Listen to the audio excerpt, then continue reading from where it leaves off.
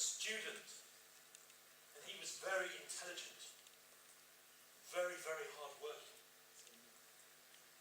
Same as you. And his father wasn't rich. His father was a woodcutter in the forest. Every bit of money that he could gather, he paid for his son to study at university. And his son travelled abroad to another country, to a great university. And there he worked hard, and his teachers gave him much praise, for he was a good student. But sadly, he received word from his father. I am sorry, son, but the times are hard, and I am too poor. No longer can I pay for your studies.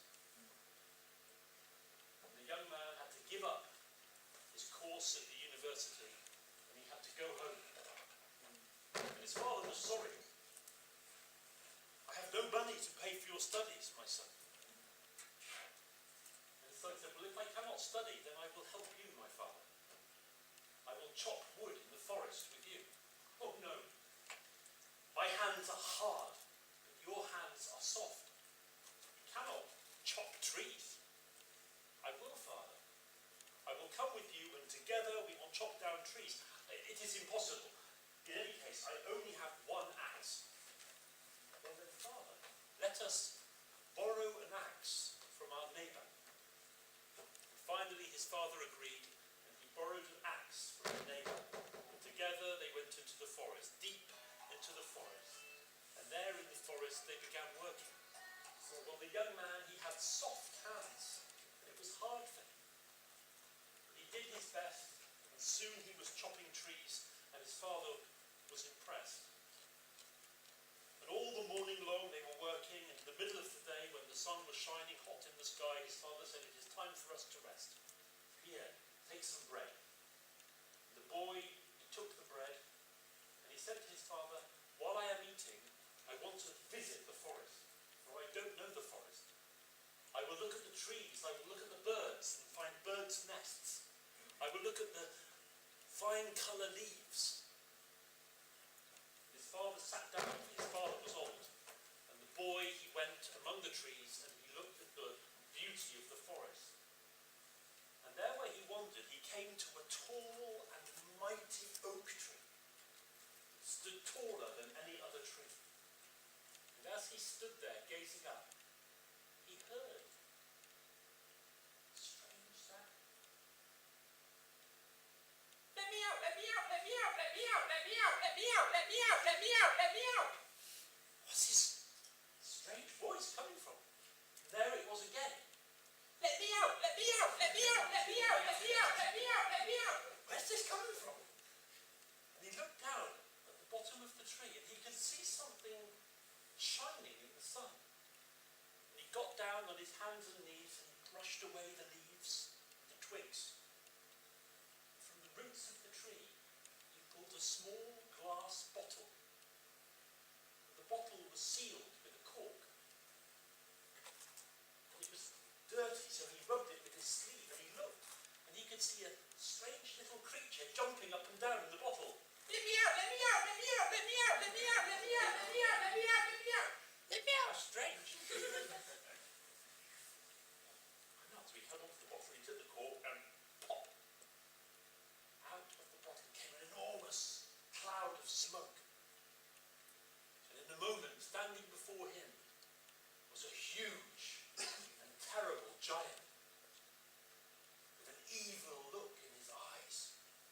And he glared down at the young student. I am Mercurius, and now I will kill you. Why? You're going to kill me? I just freed you from the bottle. I was put into that bottle by a human.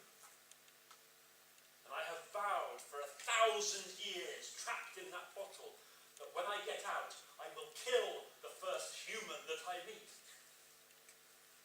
Well, the student was very intelligent.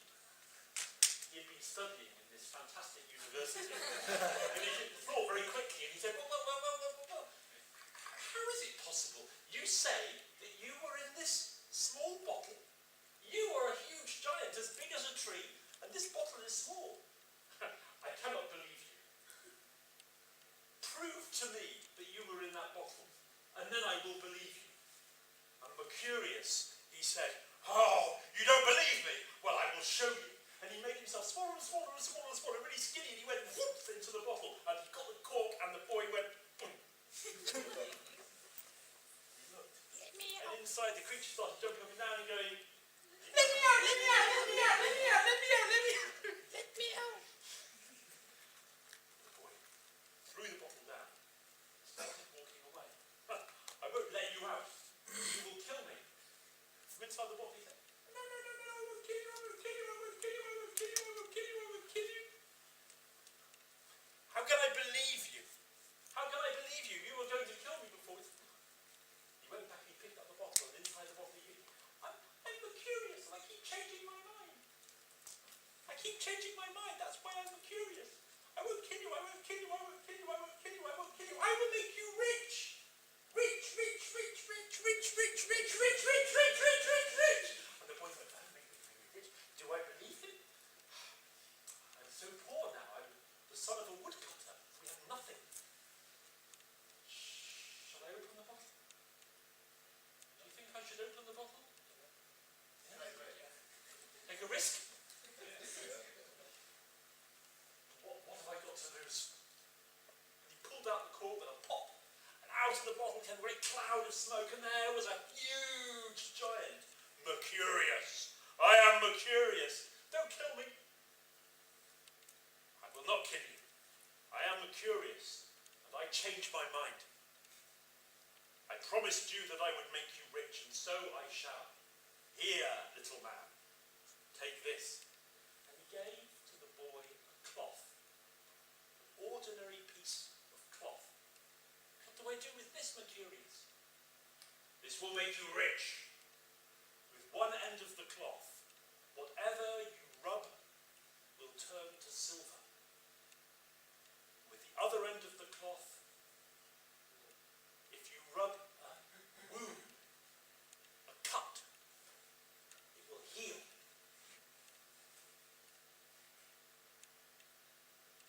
"Thank you." "Now, I must leave." Mercurius disappeared between the trees, free after 1,000 years. The boy took his axe, and he went to the nearest tree, that great oak, and he struck the tree. And there was a cut, and he got the cloth, and he rubbed the tree.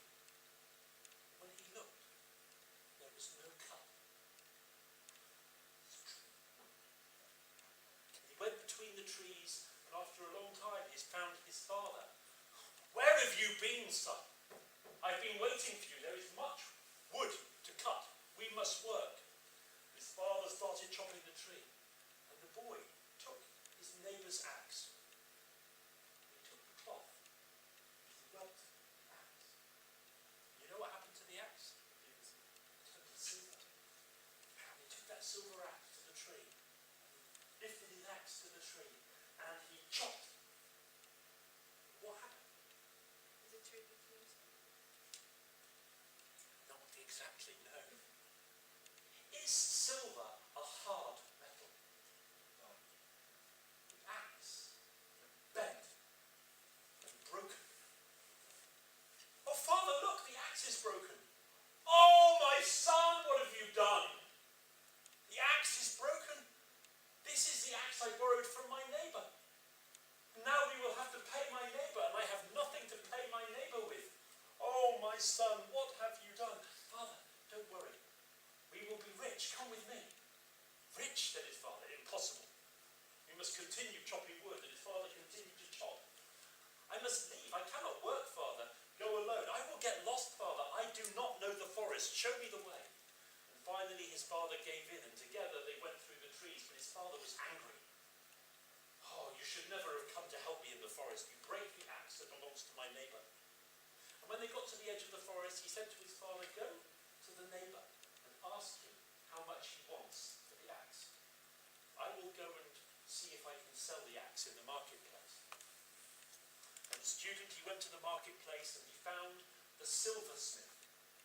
And he showed the silversmith the broken axe. And the silversmith was amazed. Silver axe? How much will you give me? And the silversmith weighed the axe on the scales. Oh, this is worth £400. £400?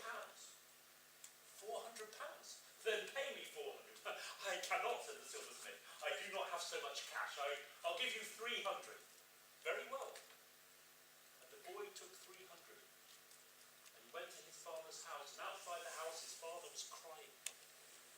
Oh, my son, I went to the neighbour. And the neighbour, he wants so much money for this broken axe. He wants £1. £1, father. Do not worry. Here, there are £2 for our neighbour. And take the rest of this £100 for you. And his father said, how can this be? And the boy said, you live well, father. I have £200. I am going to continue my studies. And the boy, he left his father and he travelled abroad to that great university. And he continued his studies. And he changed his major. He studied medicine. And after a few years, he became a doctor. And he was a very successful doctor. In fact, he was the best doctor there had ever been in the world. And you know why. He still had a cloth. And any patient that came to him with a cut or a wound, he just rubbed it. And they were healed. And that student, by good fortune, because Mercurius, well, that's about luck. Sometimes we need a bit of luck. Yeah. He became the richest